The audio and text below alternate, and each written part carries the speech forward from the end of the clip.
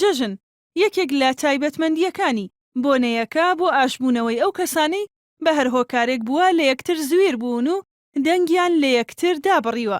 بەشێک لە هاوڵاتیان دەڵێن لەم جەژنەدا چاوەڕوانی ئەوە بوون لایەنە سیاسیەکان بە گیانی لێبوردەیەوە پەیامی یەکڕیزی و ئاشتیان لەگەڵ یەکتردا بگۆڕیایەتەوە.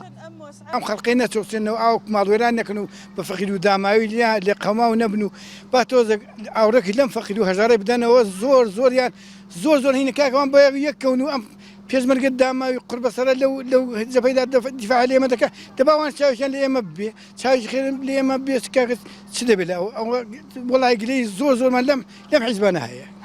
لەگەڵەوەی گیرفانی بەشێک لە هاوڵاتیان بەهۆی دواکەوتنی موچەکانیان و قەیرانی ئابووریەوە خاڵیە لە پارە، بەڵام سروتە ئاینیەکان و دابوونەریتی ڕۆژانی جەژنیان لە بیرە و پیرۆزبایی لە یەکتر دەکەن. سەرەڕای برسێتی و نەبوونی موچە هاوڵاتیان خەیاڵیان هەر لای بەرقەرارکردنی ئاشتەوایی بوو لە هەرێمدا و مامۆستایانی ئاینیش لەو خەمەدا بەشدار بوون.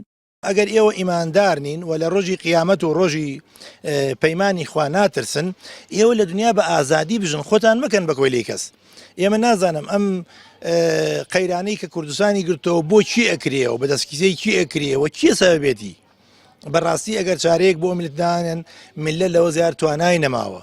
ئەو میلەتەی کەوا توانی گەورەترین دکتاتۆر و ستەمکاری سەرڕووی جیهان ڕاماڵێت. ئێمە ئەگەر ڕاستەکەین ئەبێ زۆر ئەرزش بۆ یەکتری بکەین و داوای لێبوردن لە یەکتری بکەین و تەنازول بە یەکتری بکەین. تەنازول عیب نیە، ئەمە هەمومان میلەتی کوردین. 2 ساڵە دانیشتوانی هەرێم بە تایبەتی چینەی موچەخۆران و فەرمانبەران بەدەست قەیرانی داراییەوە داد و بێدادیانە. ناسەقامگیری سیاسیش هێندەی تر چارەسەرکردنی قەیرانی ئابووری و نەبوونی خەڵکی دوور خستوەتەوە. هاوڵاتیانیش لە چاوەڕوانی ئەوەدان ئەم دۆخەی ئێستای هەرێم زوو تێپەڕێت و ژیانیان ئاسایی ببێتەوە. ڕێککەوتن بخواان خۆ نەخۆن بخواان دووبارە شەڕی براکوژیمان بۆ دروست نەکەنەوە تەواو هیچکەمان لەوان ناوێت. ئەرێ وەڵڵا خەڵک داماوە بەڵاواش ئێمە هەرق بەو بەسوتەوەڕی قایلین بەو بەسوتەوەڕی قایلین بەڵەوان یەکتی نەخۆن.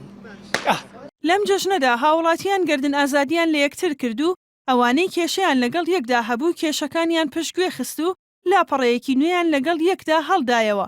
بەڵام لایەنە سیاسیەکان لا پەیامەکانیشیاندا کە بە بۆنەی جەژنەوە ئاراستەیان کردبوو دەستپێشخەریەکیان بە ئاراسەی ئاساییکردنەوەی دۆخەگەدانە کرد و هەواڵێکی دڵخۆشکەریان بۆ خەڵک پێ نەبوو.